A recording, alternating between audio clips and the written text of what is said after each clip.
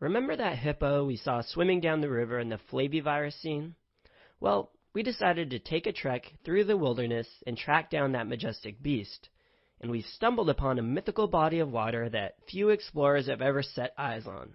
That's right, we've made it to the Hep C, home of hepatitis C.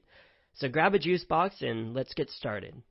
If you recall, we traveled here from the desert oasis of the delicious flavor of flavivirus, because hepatitis C is a flavivirus. And since you know that, we know that it's a positive sense enveloped RNA virus. First, let's draw our explorer here making the find of a century while sipping on some flavorful Hep C fruit punch. Second, let's add this glaring sun to remind us that it's a positive sense RNA virus. You'll notice as the story unfolds that the scene has mostly warm, orangey hues to it to remind us of RNA. Finally, no explorer strays too far from the oasis of flavor to traverse the barren landscape without a trusty robed guide. So let his flowy, white, enveloping robes remind you that Hep C virus is an enveloped virus. Now, we've been waiting here patiently to catch a glimpse of the creature emerging from the water, and here he is, the hepatitis hippo. Remember that Hep C hippo is out at sea, as opposed to the Hep A hippo, which is locked in an enclosure at the Picorna Zoo. Additionally, the Hep C hippo has this ear tag reminiscent of the letter C. Alright, moving on. Let's go through some of the common modes of transmission. The most common way Hep C is transmitted is by exposure to infected blood, which is why we have the hippo here wading in red, bloody water. There are two common stories you'll hear about when it comes to blood-to-blood transmission in Hep C. One that used to be a major problem is transmission through blood transfusions, especially before 1990. So if you have a question stem with a patient who's received a blood transmission in the 70s or the 80s and are presenting with liver problems, think Hep C. The second is with IV drug users who share needles.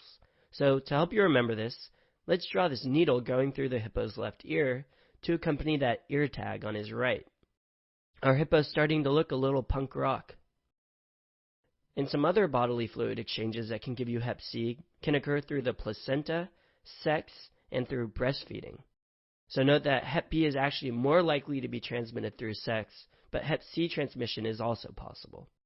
Okay, so that's how Hep C is transmitted, and unfortunately it's really infectious, more infectious than HIV, so it'd be great if we could prevent transmission. However, Hep C, like HIV, poses a real challenge for creating vaccines. Its envelope proteins often vary their antigenic structure, and our immune system can't keep up, rendering a vaccine obsolete almost immediately. So to help you remember this antigenic variability, we'll draw this multicolored tent here in the back. If you can recall, there was a similar looking tent of variable colors that was keeping one of the rhinos cool in the rhinovirus sketch. Now let's go into a little detail about how this variation happens. The virion-encoded RNA polymerase lacks proofreading exonuclease activity in the 3' to 5' direction, so the RNA is prone to frequent mutations. This means the structure of the protein is also prone to frequent changes. So how do we remember all of this? Well, we're going to draw on this sign here, and notice that it's grossly misspelled. It doesn't say hippopotamus, it says hippotopotamus. Looks like our desert natives can't spell as well as they make delicious beverages. At least they're not proofreading their signage. So this symbolizes the lack of proofreading, leading to high antigenic variation.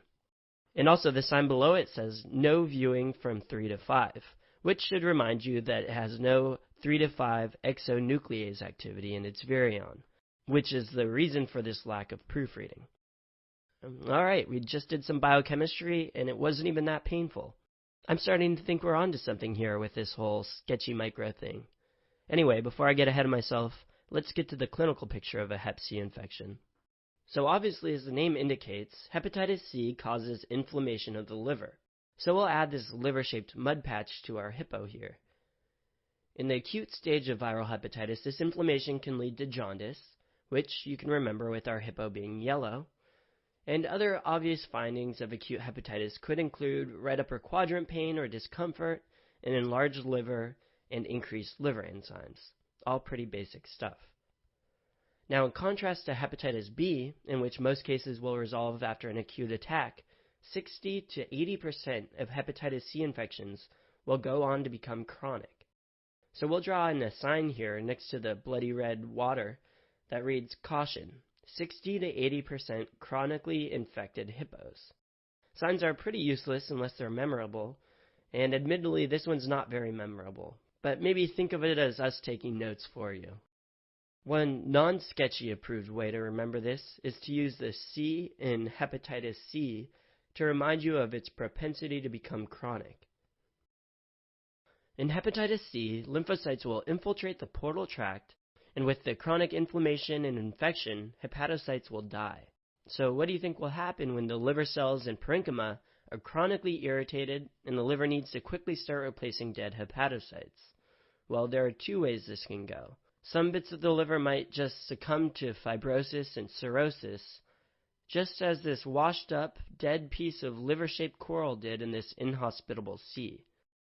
So let this fibrotic or cirrhotic-looking coral remind you of cirrhosis. Or alternatively, the liver can go into a frenzy and the reproducing cells can become malignant.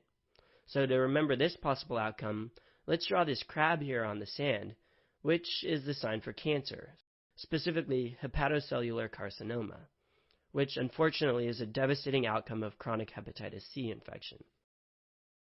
Okay, so it's very important to figure out whether a patient has acute or chronic hep C and what stage. In an acute infection, you'll find hep C RNA in the serum during the first 6 months.